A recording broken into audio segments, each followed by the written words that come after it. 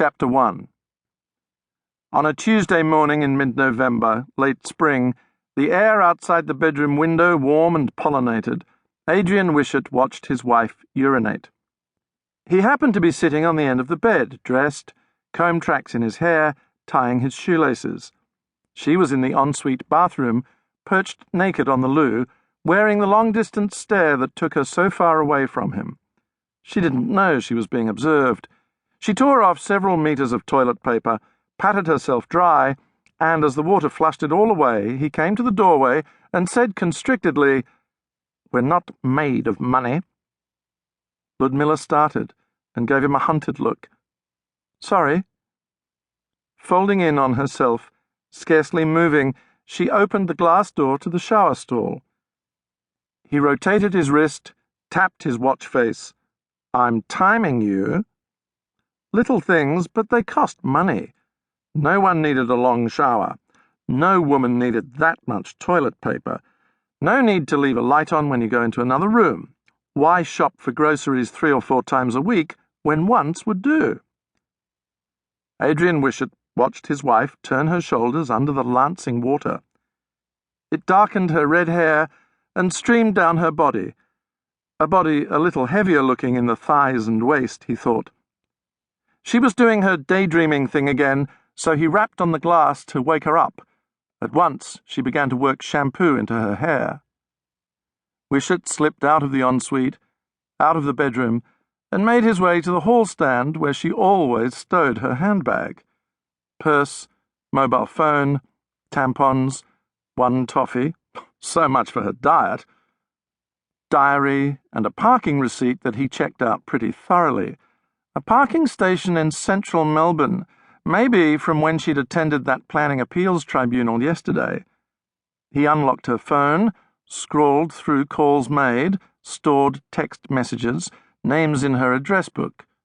Nothing caught his eye. He was running out of time, or he'd have fired up her laptop and checked her emails too.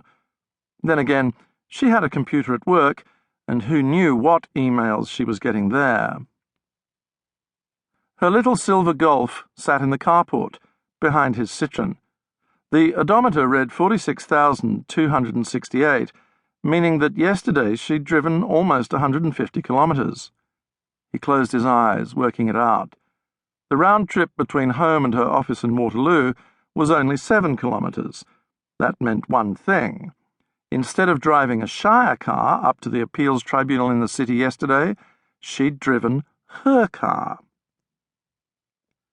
Their house was on a low hill above the coastal town of Waterloo. He stared unseeingly across the town to Western Port Bay and fumed. They were not made of money. He checked his watch. She'd been in the shower for 4 minutes. He ran.